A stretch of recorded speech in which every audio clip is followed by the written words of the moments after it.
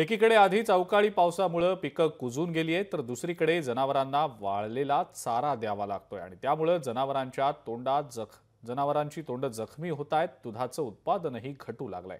त्यामुळे शेतकरी आता मेटाकुटीला आलेत. यावर उपाय म्हणून सरकारनं चारा छावण्या सुरू करण्याची मागणी आता केली जाते.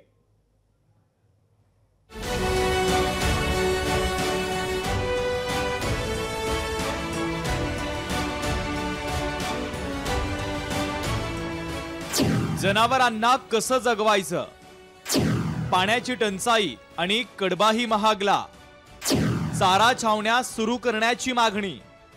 सोलापूर जिल्ह्यातील सांगोला, मंगळवेढा, पंढरपूर, माळशिरस या तालुक्यांमध्ये शेतकरी जोडधंदा म्हणून दुधाचा व्यवसाय करतात. मात्र उन्हाळ्यामध्ये पशुधन जगवणं शेतकऱ्यांसाठी आता अडचणीचं बनलंय.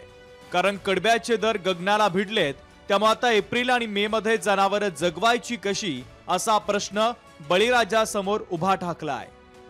वाला चारा नसल्यामुळे मी कडब्याचा जास्त वापर करावा लागतो. त्यामुळे मुलका महागाईचं घेऊन गेल्या वर्षी मार्च मध्ये 15 रुपये पिंडी होती, आता ते झाले 28 रुपये पिंडी. अशामुळं महागाई वाढल्यामुळं आमच्या जनावरांचं भरपूर प्रमाणात नुकसान होतंय. म्हणजे मंगळवेढ्याच्या कडब्याला सोलापूर जिल्ह्यात आणि कर्नाटक राज्यात मोठी मागणी आहे. मात्र यावर्षी हरभरा आणि करडई पिकाचं मोठ्या प्रमाणात उत्पादन झालं. त्यामुळे ज्वारीचं उत्पादन घटलं आणि पर्यायानं कडबा देखील महागला. मंगळवेढा शिवारात 20% ज्वारीची पेरणी झालेली आहे.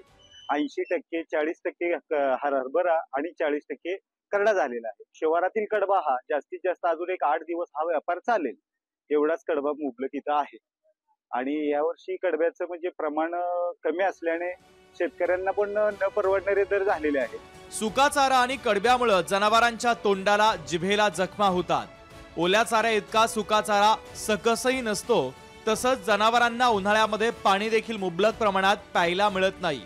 त्यामुळे दूध उत्पादनात घट होते. उन्हाच्या प्रचंड कडाक्यामुळे सध्या दुभत्या जनावरांचं प्रमाण 50% आलेलं आहे. सकस आहार मिळत नाही, हिरवा चारा नाही, पिण्यासाठी मुबलक पाणी नाही. हवा आर्द्रतेचं प्रमाण उष्णतेचं वाढल्यामुळं जनावरांना दूध देण्यास मुश्किल झालेलं आहे.